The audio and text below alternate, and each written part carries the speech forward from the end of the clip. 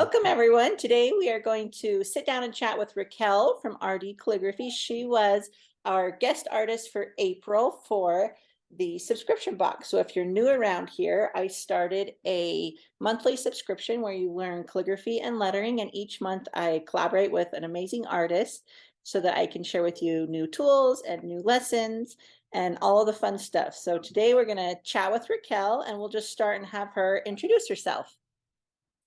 Hello, everyone. My name is Raquel. I am a full-time calligrapher based out of Seattle, Washington. I was originally based out of Utah, where Cheyenne is, but I am no longer there, so now I'm over here. Yeah. Cool. So what led you to Seattle? The greenery. I mean, Utah's green too, but you have to go to the mountains. Here, it's everywhere, and the water's really close. It's just so pretty. I love it here. Awesome. Yeah. Awesome. Okay, so you said you're full-time calligraphy. What have you done in the past? How long have you been doing full-time? I've been doing full-time for a little under a year now. So it Okay. hasn't been too long. It just started. We've only been in Washington for almost 2 years, so been navigating the waters here. Before, I was an administrative assistant at a culinary school in Utah, and that was the best. I loved it. Oh, cool. Yeah, so many positives about that place, but I had to leave it to come over here. So I did that for a long time. So most of my work has been administrative. Okay. Awesome. Yeah. Okay, so when you say you're a full-time calligrapher, tell us a little bit about what does a full-time calligrapher do? How do you stay busy? How do you not stay busy? I know. I know. Full-time sounds glamorous and it sounds amazing and it sounds like, we all want to do it, but honestly, it's a lot of administrative work. It's a lot of emails, a lot of pitching, a lot of mileage tracking, expense tracking, getting yourself acquainted with tax codes and licensing and, or being able to hire someone else outside of you to be able to do that for you because it's so important when it comes to tax season. Yeah. What else? Working on website all the time. I mean, it's constant. It's probably 60-70% administrative, and then maybe the rest is actual work, like calligraphy work.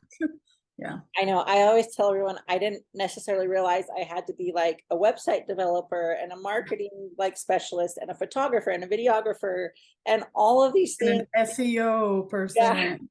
Yeah, it's so much. And unless you have the funds to be able to hire someone to do it for you, there's no other option. You have to do it. Yeah. You have to do it. It's just, we're just like a one-person show doing everything. Yeah. Exactly. So the calligraphy stuff that you do when you get commissions and events, tell us a little bit about what you do, like calligraphy wise. So right now I work a lot on events. So I do a lot of engraving events, painting events, calligraphy events for luxury brands and other brands as well as activations to help them sell more stuff and as an incentive for people to come in and buy their stuff. Our work is essentially to pump up their work, which is great. I love doing that. Other than that, I do a lot of commissions like big certificates or big pieces that take up my whole table, stuff like that. I don't do a lot of weddings. And the reason being, not because I don't want to, but kind of because I don't want to, but just because, I don't think my hands will be able to take it for that long. It's very labor intensive compared to the payout, but I know a lot of people love it. It's just not for me. Yeah. So what is like your favorite, like when you get an email inquiry and it says, whatever, what's like your favorite type of commission? Oh my gosh. So right now I am working on a commission with someone to do a mural, a calligraphy mural. So I am so incredibly excited for that one just because I've done a couple murals, not necessarily calligraphy, but I am a huge art lover and painter, and that's just right up my alley. So that one's one of the most. I can't wait to see it. Awesome. I know, I'm so excited. That's awesome. For a bakery patisserie. So that'd be amazing. That'd be awesome. Yeah. Okay, so how long have you been studying calligraphy or doing calligraphy? Yeah, I started calligraphy in 2018. Uh, I honestly can't even remember why I started. I probably, I've always really appreciated nice penmanship. So I think it just, gradually took me there, and I ended up doing calligraphy anyway. So what the biggest thing for me was that I wanted to write beautiful. I think I saw Suzanne Cunningham. She was one of the first ones that I saw, and I was like, oh my gosh, how does she do this? And then Kestrel Ink Me This. So they're the ones that I started seeing on Instagram, and it just really got me into it. yeah, I think I know for me it's like everything's so digital, and so I love the pen and paper, like, and just I've always loved different fonts and handwriting and whatnot. But I love just Yeah, seeing pen on paper. It's just so beautiful. So beautiful. it is. Yeah. So you mentioned Suzanne and you mentioned Kestrel. Are there any other calligraphy artists that you like really draw inspiration from? Yeah, Mike Ward, he is specifically Spencerian, and he does flourished Spencerian. Oh my gosh, he is Beautiful. incredible, Yes. incredible. Again, Suzanne, who we talked about, Kestrel, Bespoke Strokes. So Chantel Mhm. here in Seattle, she's incredible as well. So they're some of the ones that I really draw inspiration from. Yeah. And so if you're just watching this and you haven't seen Raquel's work, she's very traditional calligraphy. And so you'll see a lot of flourishes in her designs and very beautiful, intricate work. So when she's referencing these inspirations, they're also very classical, traditional calligraphers that we all look up to and love their work. What other type of artists? Yeah. What other type of artists or like art forms do you do, or artists you look up to, other type of things you draw inspiration from?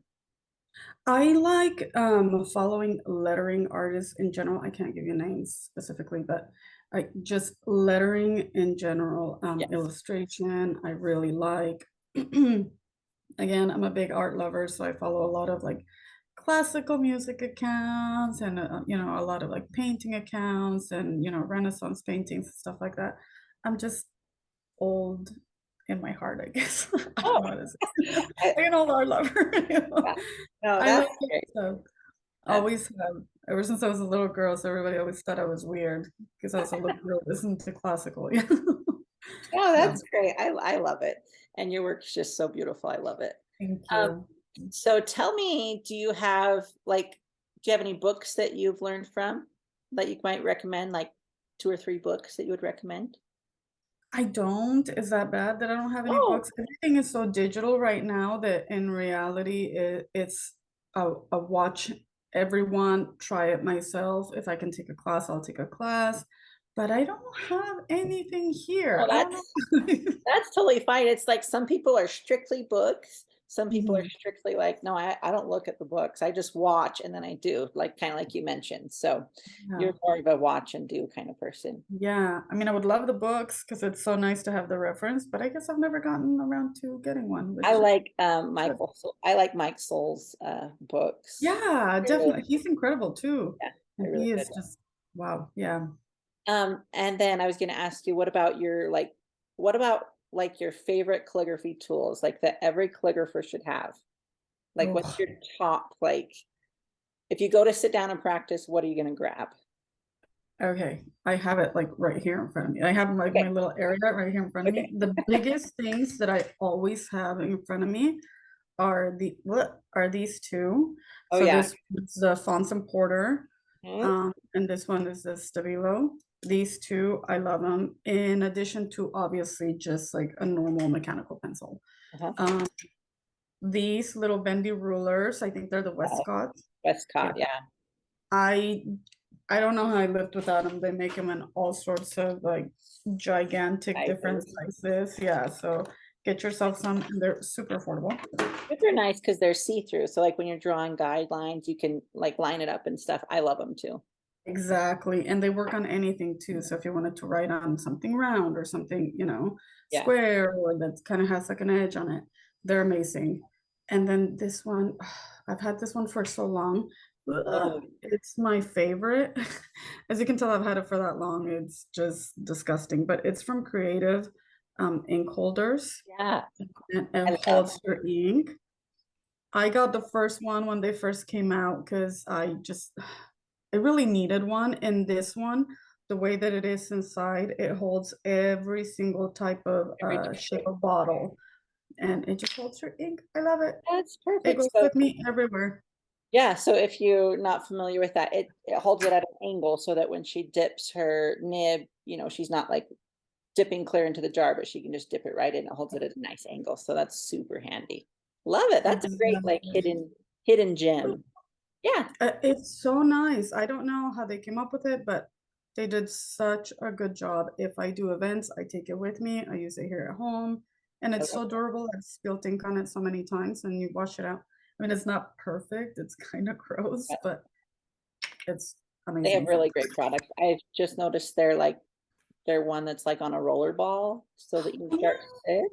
Like, oh, that's So really great. And they're so elegant cool. Yeah, too. They're so very good for like live events. very pleasing. Mm-hmm. Thanks for sharing Definitely. those. Um, Yeah. I wanted to ask you for if you had any advice for those wanting to learn calligraphy, like just brand new starting out. What type of advice might you give? Practice, practice, practice. It's never gonna look how you think it's going to look. Even as artists that have been doing it for years, like myself or you, it just still doesn't look how we think. However, we are our worst critics. Sure. It probably looks beautiful to everyone else. So if you just continue to practice, the better it's gonna look, and you know, everyone else is gonna love it anyway.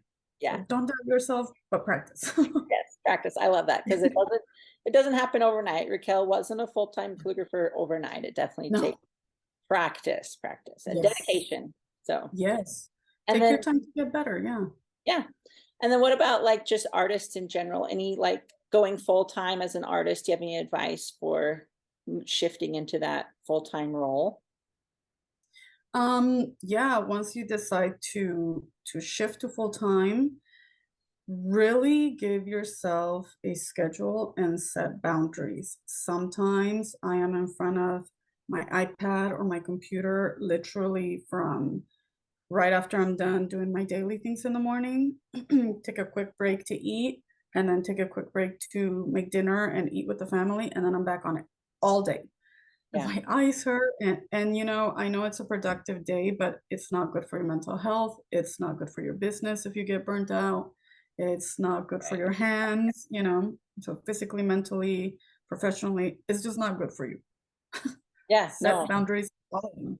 I think that's just awesome. That was one of my things about the subscription box was I wanted like people in are just behind the computer all day. And so that was my whole thing was like taking time to create away from the screens, pen to Yep. paper, just yeah, we need that break. But I also think that like people don't realize how much computer time we spend because I'm the same way. It's like every second I'm replying to an email or an order or, something or doing a social media post because you have to do this and that. And there's just so much back end work that Oh my people don't gosh. see. You don't see it. No, especially with posting one reel, one post, whatever it is that you use, whichever social media, it takes a long time to curate a nice post that's gonna actually get some views, right? Because that's how what you want. That's how clients find you. And you have to take the time. It'll take Yeah. you an hour, maybe 2 hours to do one post. It's incredible the amount of work that goes on those things. Yeah, you have to, I mean, you can't just snap a picture and then you've got to make it look nice or you've got to style it. And yeah, there's And just your so much. caption and your music and yeah. Yeah. Yeah. And I think I just wanted to mention going full time as an artist.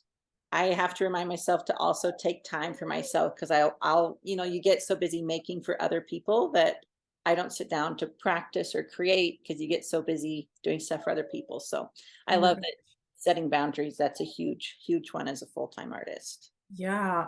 The other day I have a small gym in my garage, so I work out in my garage. and I was just doing my thing, and I thought, oh, I gotta answer an email. So on my little 2-minute break, I ran and got my computer, and then I worked out a little bit, and then answered my email and worked out. That is awful. I can't believe I did that. Taking You time for know. yourself. Yeah, but I think everybody would have been fine if I had taken an extra hour to answer that email, but no, I had to do it at that time. Set your Well, boundaries and yeah. follow them.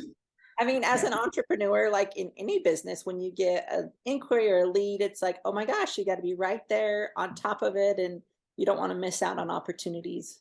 Um, Yes. but we do have to set those boundaries for sure. Yeah. So, And I think it's good to really touch on the fact that you don't have to take every opportunity as well. If it doesn't resonate with you, don't take it. Another one will come along. And the calligraphy community is huge about community over competition.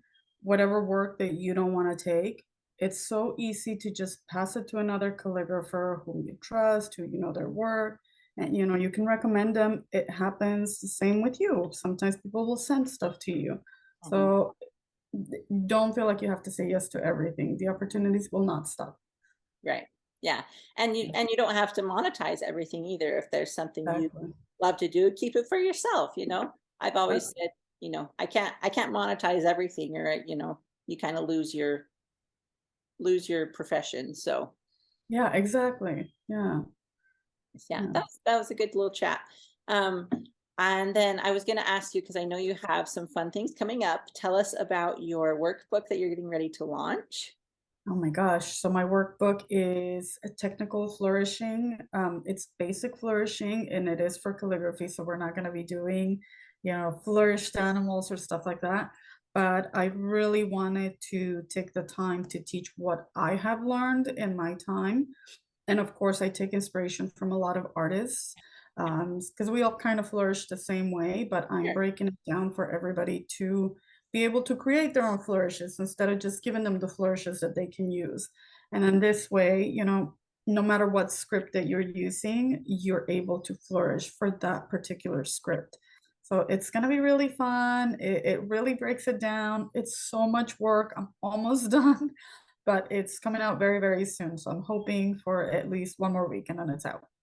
I'm so, so excited. I will be purchasing it. Raquel's flourishes are Oh, always thank you. beautiful and balanced and so beautiful. Thank you. Thank you so So I much. will link that down below here on the YouTube video for you to go purchase.